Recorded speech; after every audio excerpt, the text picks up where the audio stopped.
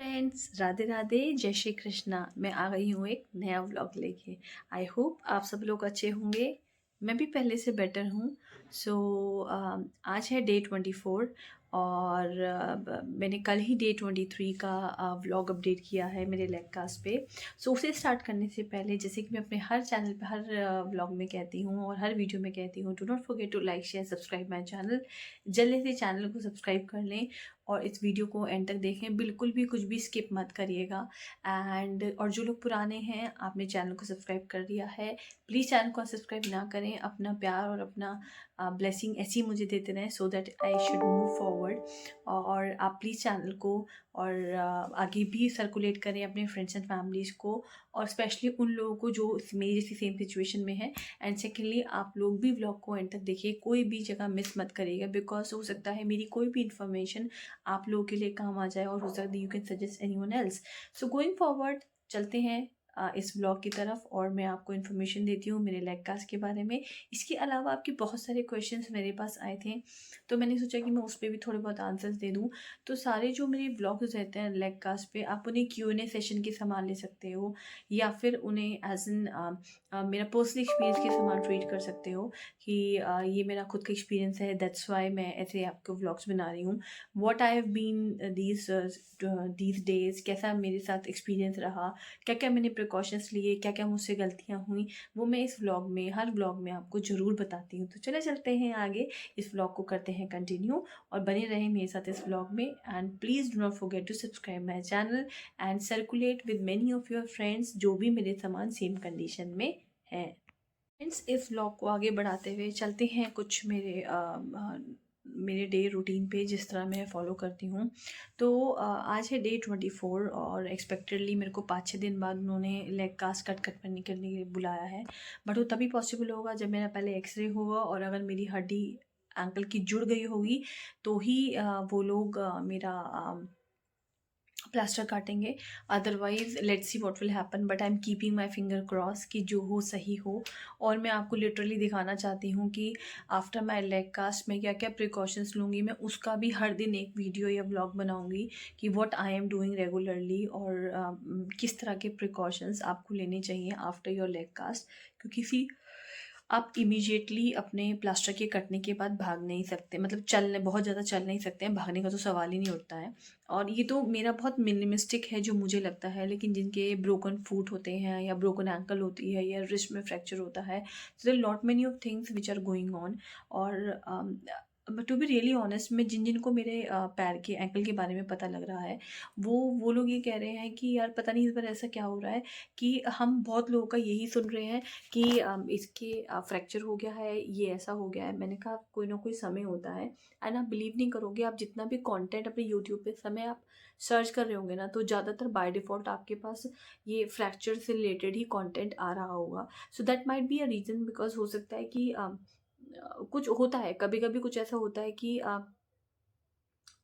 एक ही चीज़ें ना बार बार सुनाई देती है।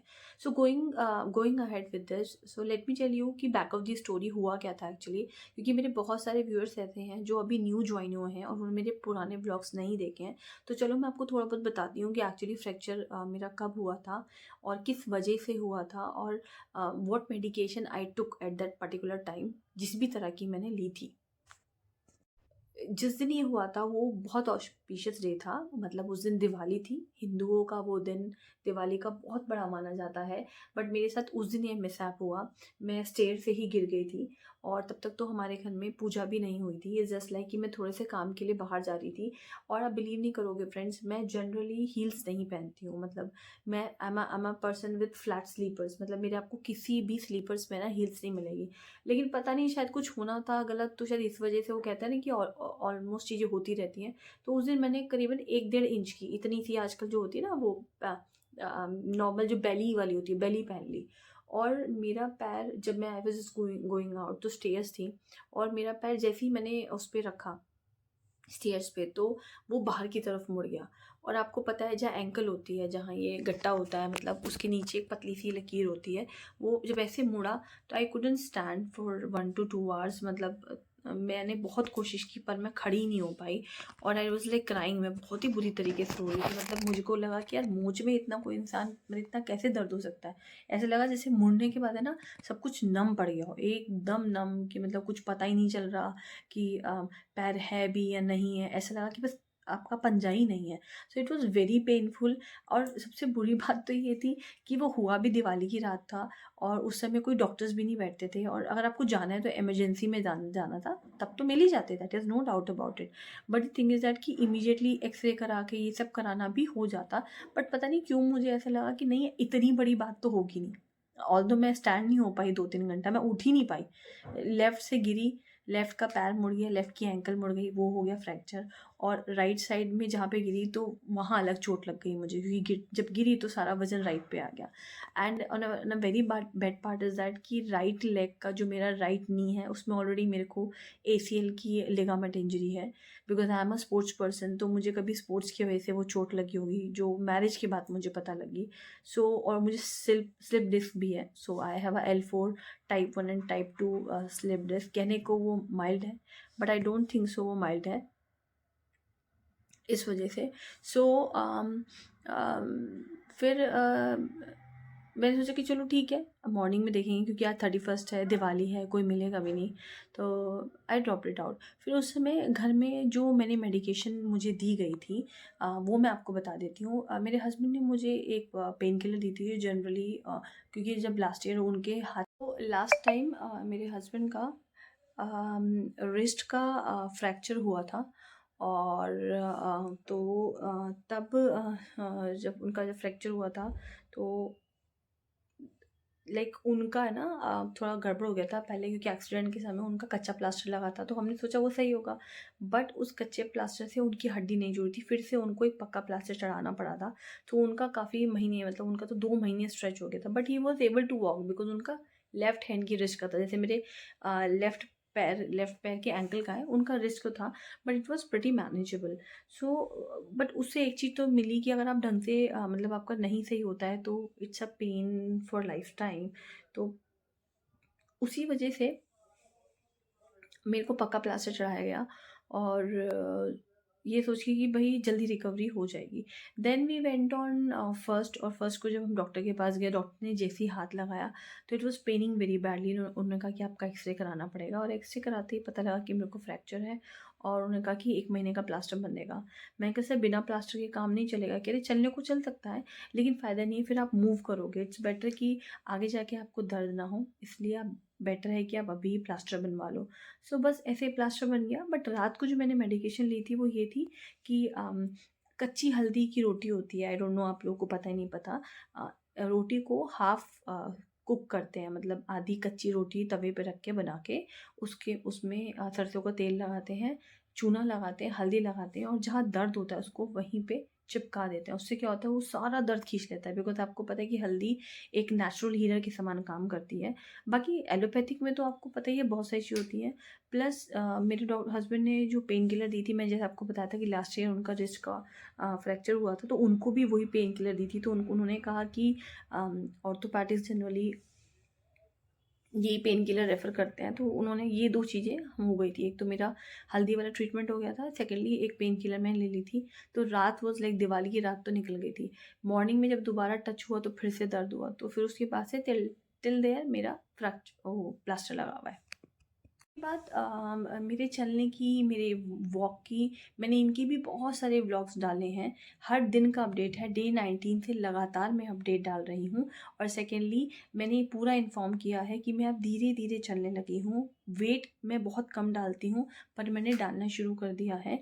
लेकिन अब थोड़ा सा भी अगर आप लूज़ हो जाते हो ना, मतलब क्या कहते हैं कि अगर आप ध्यान नहीं देते पैरों में तो बहुत दर्द होता है। मुझे भी हो रहा था 1-2 दिन पहले, वो भी मैंने 1-2 व्लॉग्स में अपने बताया है, जो अभी 2 दिन पहले का था। कि मेरे डॉक्टर ने भी मुझे डाँटा कि आपने ऐसे क्यों किया, आपके पैर में इतना दर्द हो रहा है, आपको नहीं करना चाहिए था। सो प्रिकॉशंस इज़, अगर आपका पैर, आपका कोई भी फ्रैक्चर्ड एरिया अगर आपको वेट लेना या स्ट्रेस लेना अलाउ कर रहा है तो ही लीजिएगा, अदरवाइज़ बिल्कुल मत लीजिएगा, ये नॉट टू डू है। प्रिकॉशन में ये है कि अगर आपसे लेटा नहीं जा रहा तो आप बैठ जाओ, एक कमरे से दूसरे कमरे में मूवमेंट कर लो। लेकिन क्योंकि पैर है तो पैर का तो बहुत ध्यान रखना पड़ता है, क्योंकि आपको लाइफ टाइम चलना होता है। हाथ का तो फिर भी ये है कि चलो हाथ अपना लेके आप एक रूम से दूसरे रूम में वॉक कर सकते हो, इजीली आप चल फिर सकते हो।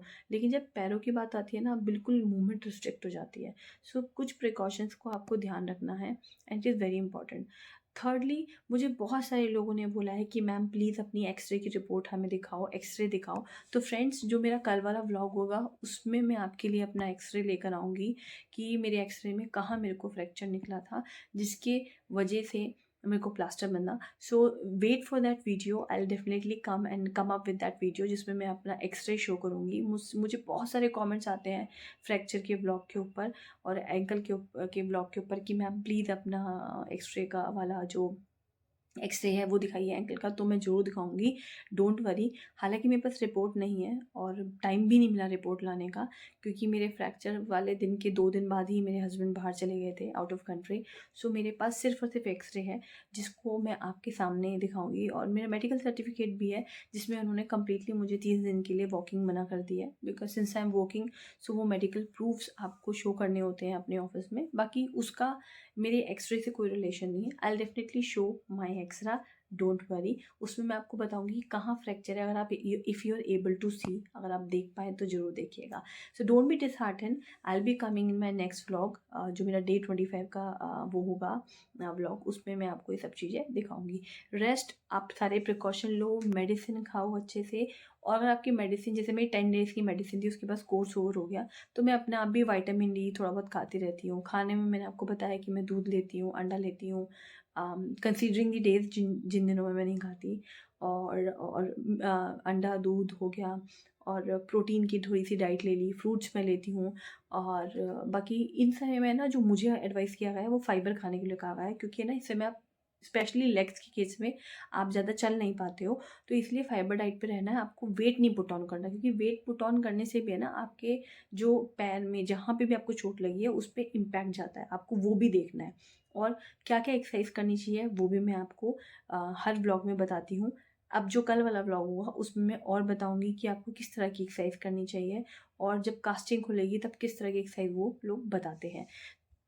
चलते हैं इसी इन्फॉर्मेशन के साथ, इसी लाइव अपडेट के साथ। ये रहा मेरा पैर, मैंने सोचा मैं आपको दिखा दूं।